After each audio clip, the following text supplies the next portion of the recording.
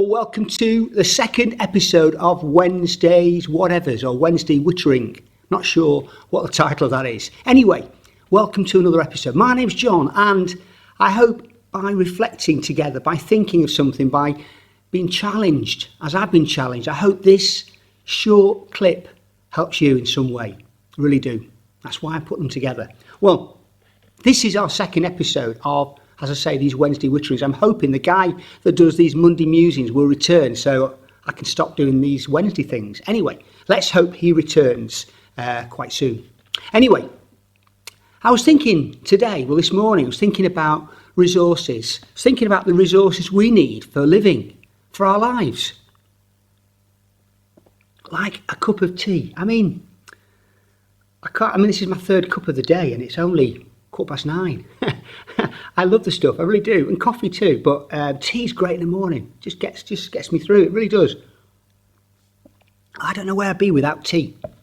There are lots of other things that we need in life, lots of other resources that we need, and you'll know, and I know, when we at times feel like we're running on vapours. Have you heard that phrase? When you've hardly got anything left, you're at the end of your resource. You've come to a point where you're thinking, I can't do it anymore. I can't manage without. I need some more. Whatever the more is, whatever the substance is, whatever the help you need, whether it's more time, whether it's more energy, whether it's more patience, more ideas, more answers.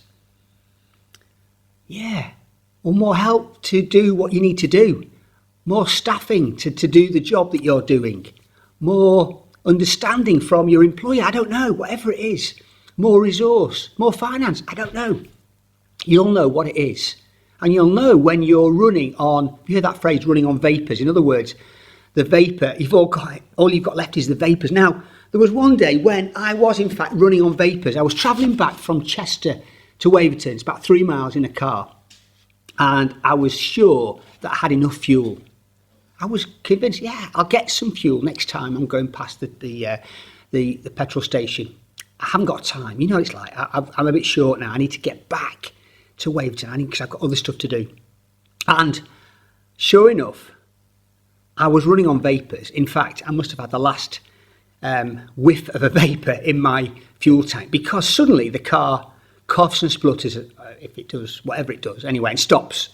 And I'm thinking, why has it stopped? What's wrong with my engine? And then it twigs. Oh, yes. I have run out of fuel. I don't know if you've ever done it. It's annoying. It's like, if only I'd thought about this. If only I'd had a warning. And then, oh, yes, for the last 10 times I've started my engine, I've had this beep, beep, beep, beep. I've had the car telling me I'm absolutely running on empty. I need some fuel, John. I need some fuel. And I've ignored it. I've ignored the warning signs. Yeah, I've ignored the warning signs and I've not filled up. Well, that particular occasion, thankfully, in my boot, I had one of these fuel cans, petrol cans. And I went on a sort of half-mile walk to the petrol station, filled up and, got on my way. I filled up with what I needed, which was some fuel. Yeah, at that occasion. Probably had the fuel can in the back of the car because the last time it's happened before and it might happen again, who knows. Trying to get better at remembering to fill up.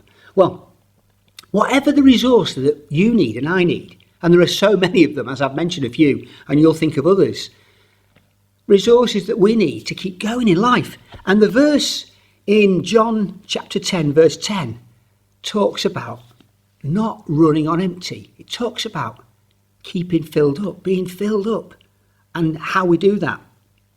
I love this verse. It's as if God was sort of, when he was putting the Bible together and planning who was writing what and how it was going to form, who was going to publish it. Well, that's another matter. We know lots of people publish the Bible, but when it was being formed and designed and God was planning it, that he'd come up with these really memorable verses and chapters to help us. Like John 10:10. The number 10 out of 10, absolutely 10 out of 10. You've done well here. And to do well is to be filled up, to be absolutely filled up full. So we have the resource we need. Anyway, enough of my ramblings. Let me read you the verse, because you'll be thinking, what is it, if you don't know? It's what part of the section in John's Gospel when Jesus is talking about the Good Shepherd. Jesus is the Good Shepherd. He's talking about looking after the sheep and how, a good shepherd looks after and cares for his sheep, doesn't make sure none of them are lost, cares for them, make sure nobody comes and attacks the sheep, no thief comes in or no fox comes in and guards his sheep in the sheep pen. Yeah.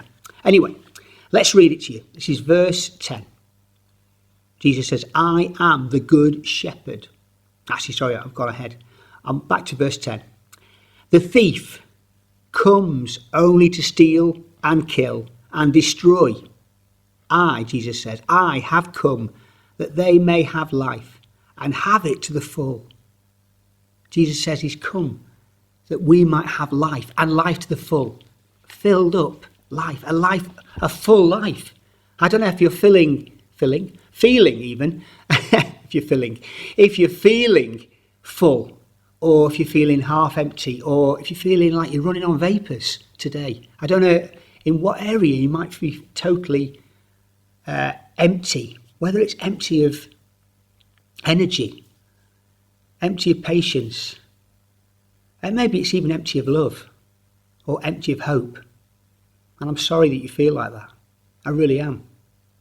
And I'd want you to know, as I have read and been reminded this morning, that Jesus comes that we might have life to the full, a full life, a life full of joy and hope and peace, a life of love. And sometimes we don't feel full. We don't feel like we're filled. We don't feel we're in a place where we're full of joy and hope and peace and love. Because our circumstances are pressing in on us and our situation that we're in is tough. And as I was reminded this week, one of my friends reminded me, it's easy to feel like we're full, easy to feel full of vigour and joy when things are going well. But when things are going bad, things are challenging and things are tough, it's very, very easy to look down and start to question everything. But Jesus said, I've come that you might have life, and I might have life to the full. Life full of what we need, the resource we need. Just like the time when I filled up my car. Well, certainly I got home on some fuel. But more importantly, when I went to the garage and I topped up my fuel tank, so it's absolutely brim full. I knew I had enough fuel then for the next 2, 3, 4 weeks. Great feeling to know I wouldn't be stuck again. I'd be able to keep going.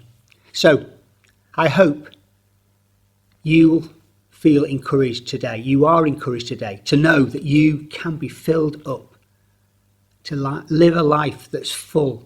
And the only way to do that is to ask Jesus to come in and fill you up in the places where you are empty, where you feel lost and helpless and without what you need.